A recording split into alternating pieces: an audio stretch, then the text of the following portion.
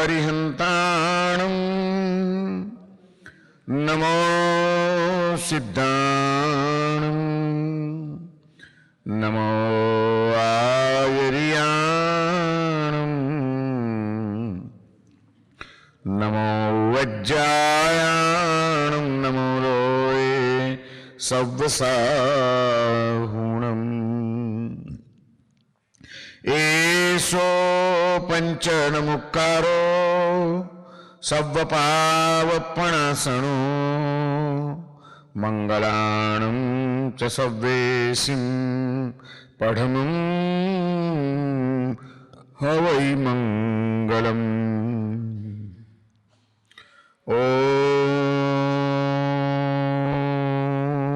ઓંકારં બિંદુ સંયુક્તં નિત્યં ધ્યાયન્તિ યોગિનઃ કામદં મોક્ષદં ચૈવ.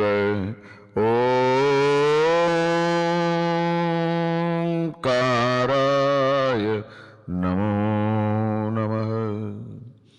અજ્ઞાનતિમિરાંધાનાં જ્ઞાનાંજનશલાકયા નેત્રముન્મીલિतं येन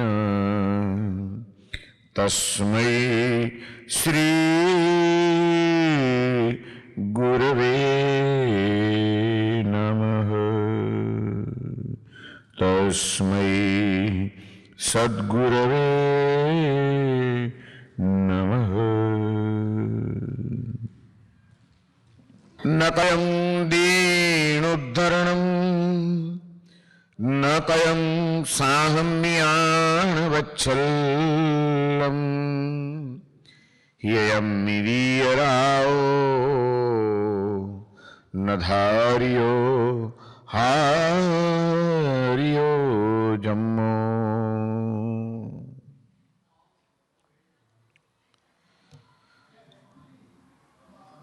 અનંત જ્ઞાની પરમ કૃપાળુ પરમાત્મા તીર્થંકર દેવોએ સમગ્ર વિશ્વનું કલ્યાણ થાય, જગતના જીવ માત્રનું હિત થાય એ માટે ધર્મતીર્થની સ્થાપના કરી અને આપણને ધર્મનો માર્ગ બતાડ્યો.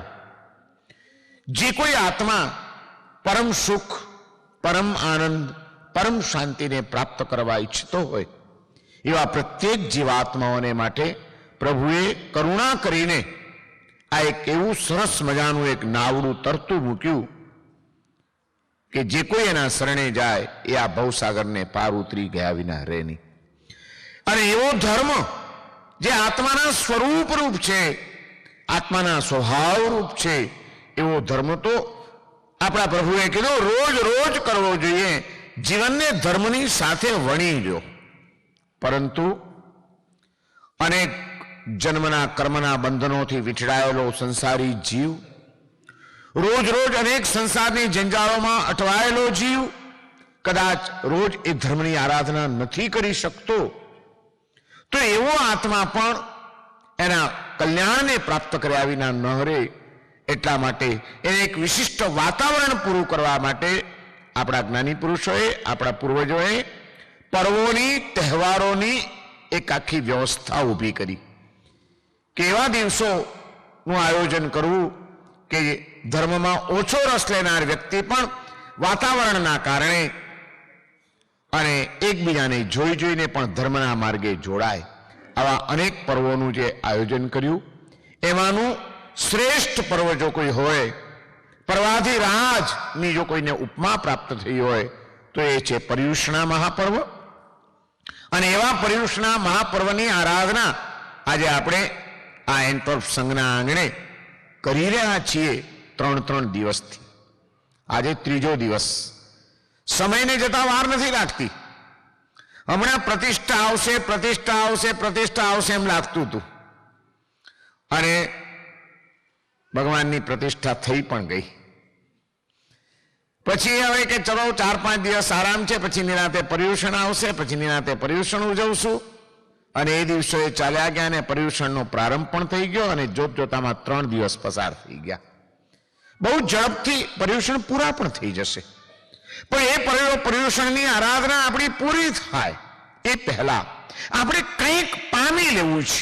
પ્રભુના ધર્મ શાસનમાંથી કંઈક એવું સ્પર્શ આપણા હૃદયને કરી જાય કે જે આખી આપણા જીવનની દ્રષ્ટિ બદલી નાખે અને જીવનની દશા બદલી નાખે.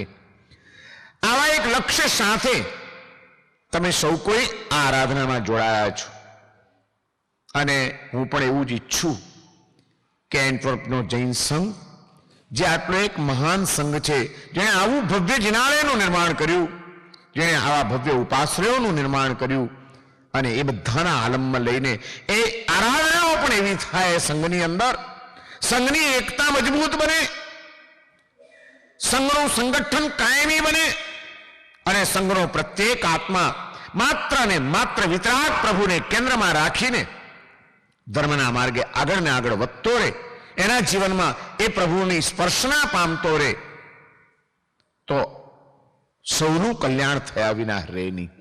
અને એ રીતના આપણા આ પર્વ પર્યુષણ આરાધવા માટે પર્યુષણાના અર્થને આપણે થોડાક વિચારી રહ્યા છીએ. આત્માની નજીકમાં જઈને વસવું એનું નામ છે પર્યુષણા. અને એ આત્માની નજીકમાં જઈને વસવાના આલંબનોમાં પહેલી વાત આવી સ્વાત્માની. સ્વાત્માની જાગૃતિ કેળવી લેવાની છે. બીજા નંબરમાં જેવો આપણો આત્મા છે એવો જ આત્મા જે દરેકની અંદર વિલસી રહ્યો છે એવા જીવાત્માઓની સાથે આત્મસમદર્શિત્વ કેળવવાનું છે, મૈત્રીનો ભાવ કેળવવાનો છે. અને જીવ માત્ર જગતનો કોઈ પણ જીવાત્મા, પશુ પક્ષી પ્રાણી મનુષ્ય તિર્યંચ દેવ એકેન્દ્રિયથી માંડીને પંચેન્દ્રિય સુધીના પ્રત્યેક જીવાત્માઓ એની અંદર પણ એક પરમાત્માનો દિવ્ય અંશ રહેલો છે. મારી જ જેવી ચેતના એનામાં રહેલી છે. એ દૃષ્ટિ કેળવીને કોઈની મારાથી હિંસા ન થાય, કોઈને મારાથી દુઃખ ન પહોંચે અને મારું ચાલે તો બધાના દુઃખ દૂર કરીને સૌને સાચા સુખના માર્ગે ચડાવી દઉં, આવી એક પવિત્ર ભાવનાનો વિસ્તાર, એનું નામ છે જીવ મૈત્રી. અને જ્યારે સૌના સુખનો વિચાર આપણા હૃદયમાં વિલસી રહ્યો હોય ત્યારે એવા જે અનંતા જીવાત્માઓ આ સંસારના, એવા બહુ થોડાક આત્માઓ એવા છે જેને આ વિતરાગ પ્રભુનો ધર્મ મળ્યો છે, વિતરાગ પ્રભુનું શાસન મળ્યું છે.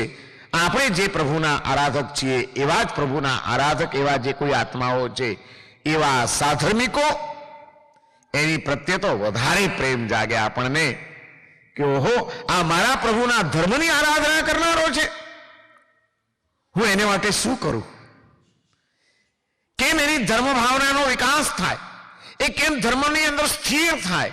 અને એ ધર્મની સ્થિરતા માટેના બાહ્ય જીવનમાં કદાચ કોઈક અશુભ કર્મના ઉદયથી કોઈ વિઘ્નો, કોઈ અંતરાયો, કોઈ અડચણો, કોઈ અવરોધો કંઈક પણ આવતા હોય અને એમાં હું ક્યાંય નિમિત્ત બની શકું, તો બસ નિમિત્ત બની જઈને સૌને પ્રભુના માર્ગે સ્થિરતાથી અને દોડતા કરી મૂકું તો કેટલી મજા આવે. આવો વિચાર કેમ બધા ધર્મના માર્ગે વળે, કેમ સૌ કોઈ ધર્મની આરાધના કરતા થાય, કેમ સૌ કોઈના ચિત્તમાં સમાધિ અને શાંતિ પ્રાપ્ત થાય. મારો સાધર્મિક ક્યારે પણ કોઈ અશાંતિથી પીડિત ન હોવો જોઈએ, કોઈ અભાવોથી પીડિત ન હોવો જોઈએ. મારો સાધર્મિક સમૃદ્ધ હોવો જોઈએ, મારા કરતા પણ આગળ વધવો જોઈએ. આવો ભાવ કેળવવો એનું નામ છે સાધર્મિક ભક્તિ. જે સાધર્મિક ભક્તિની વાતો આજે આપણે સવારે કરી. પુણ્ય શ્રાવકની કેવી હતી સાધર્મિક ભક્તિ? મહારાજા કુમારપાળના હૃદયમાં કલિકાલ સર્વજ્ઞ હેમચંદ્રાચાર્ય કેવા બીજ વાવી દીધા હતા એ સાધર્મિક ભક્તિના.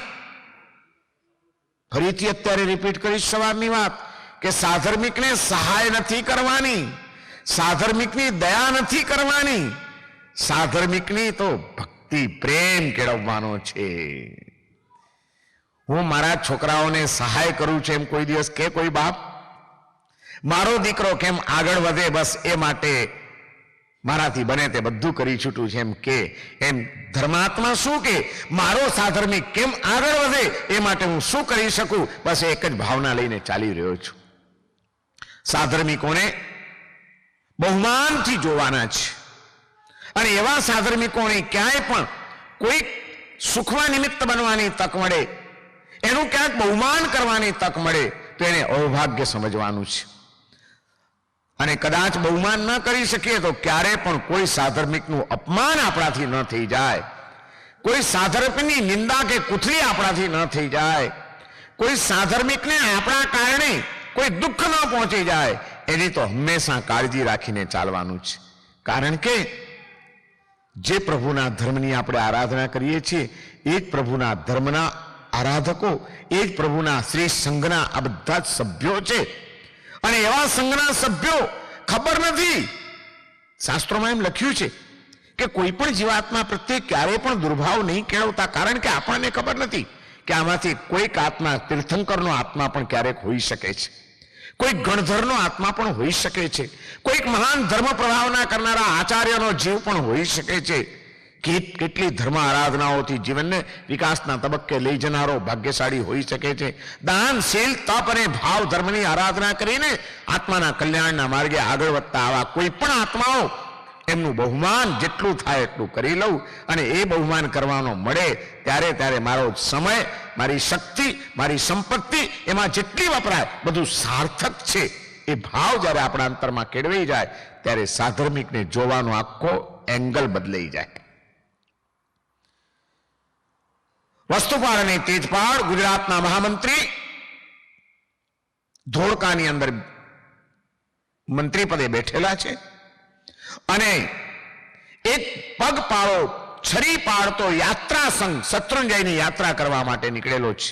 મહાન આચાર્ય ભગવંતોની નિશ્રામાં હજારો શ્રાવક શ્રાવિકાઓને લઈને સંઘની યાત્રા કરવા માટે પાલિતાણા જઈ રહ્યા છે. સંઘને લઈને અને મહામંત્રી વસ્તુપાળને અને સરસેનાપતિ તેજપાલને ખબર પડી કે અહીંની બાજુની ધરતીમાંથી સંઘ પસાર થવાનો છે.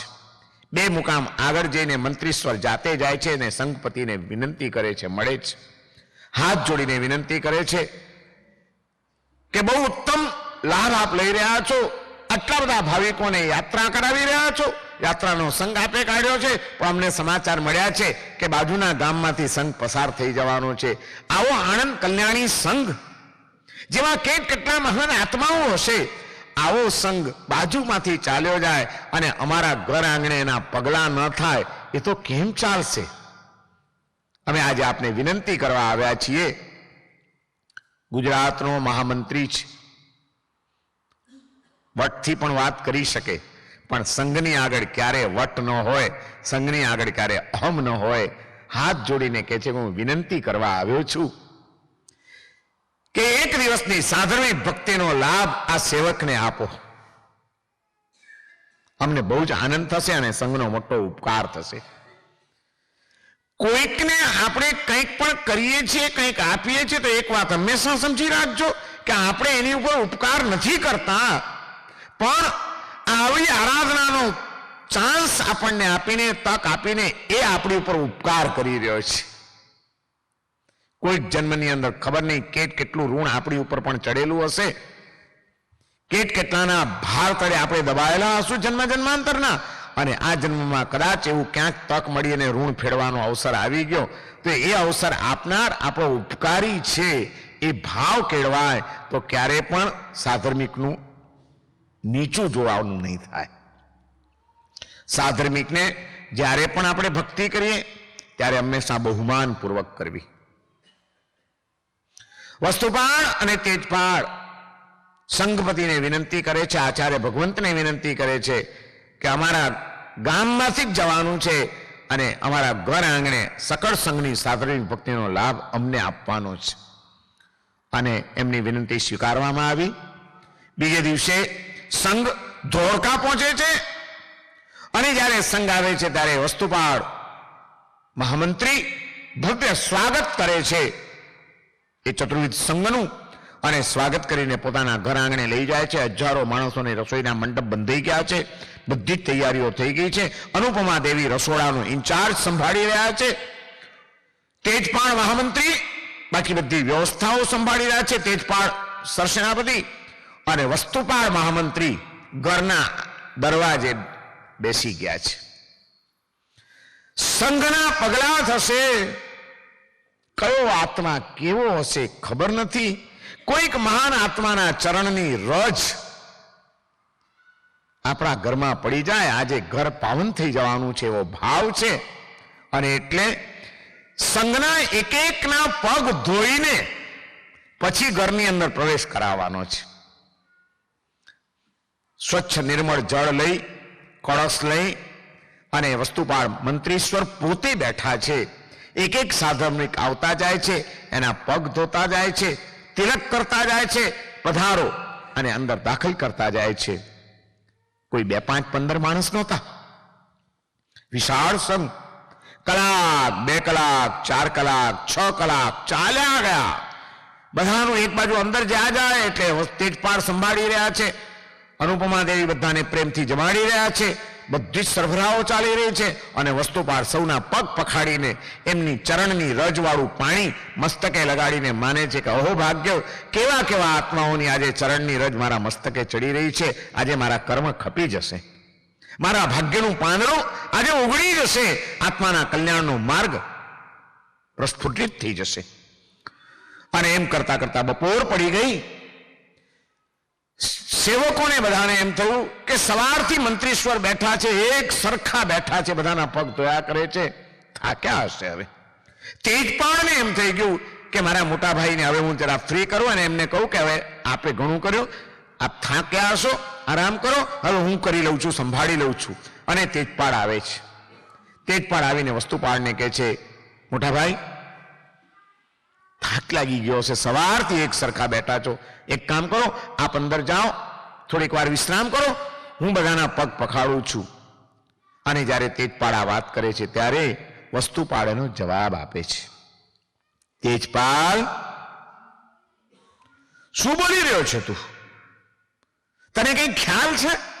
અરે આ સાધર્મિકોના પગ પખાડવામાં થાકવાનું, થાકી ગયા હશે એમ તું બોલ્યો? મારા ભાઈ, આજે થાક્યો નથી, જન્મ જન્મનો થાક આજે ઉતરી ગયો છે મારો. તો આવા સાધર્મિકના પગ પખાડવાનું મળે ક્યાંથી? કેવા કેવા મહાન આત્માઓના આજે પગલા ત્યાં છે. હૈયે હર્ષમાં તો નથી, થાકવાનો તો કોઈ સવાલ નથી. અને આ લાભ આજે મારે જતો કરવો નથી. આજે તો બધું